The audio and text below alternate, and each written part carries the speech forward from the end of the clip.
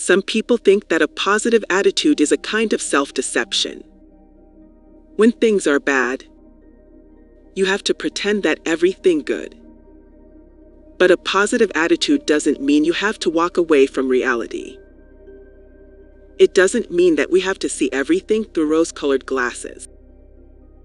It's about looking at reality in a sober way. The ability to accept reality as it is, but without discouragement or despair. If we're positive, we have to believe in ourselves. We need to feel good about ourselves and think of ourselves as worthy of the best.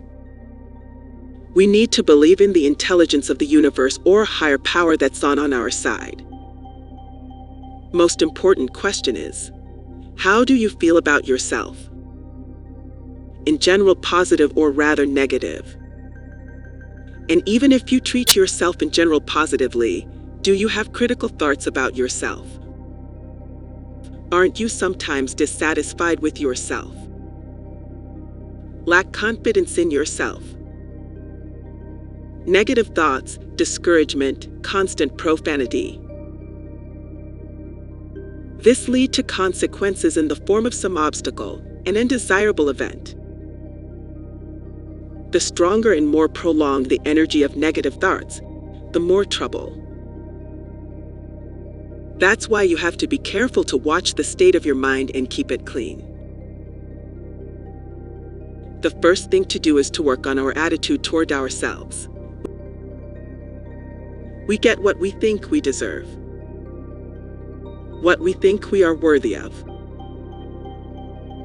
And if we don't think we're worthy of something good, we don't get anything. You reap what you sow. This simple law works of the universe, and it applies to everything we encounter in life. As long as one is unhappy with oneself, he subconsciously thinks he's not worthy of success or anything good in life. He can strive for success and he can do everything to achieve it. But the subconscious mind, in which a program of dissatisfaction with himself will create obstacles. The subconscious will remind you that you are not good enough, that you are not worthy of success. So where does this not good enough attitude that a lot of people have? It comes from the habit of comparing ourselves to others. From a very early age, people have been doing nothing but is constantly comparing themselves to others. Some are taller and some are shorter. Some are pretty, some not so pretty. Some people do well at school and some fall behind. And it's not just in school that people get grades. We're used to being graded throughout our lives. And we ourselves also grade others. People are used to this evaluative approach to themselves and to others. People are constantly make conclusions that someone is better and someone is worse. But it's worth looking at humanity from a different perspective. Look at it from the perspective of a creator or higher intelligence.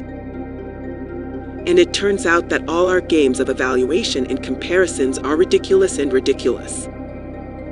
From the creator's point of view, no one is better or worse. He created us to be unique. We have to stop giving ourselves marks and comparing ourselves to others. You have to accept yourself as you are.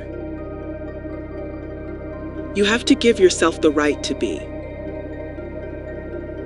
To be yourself and to give other people the same right.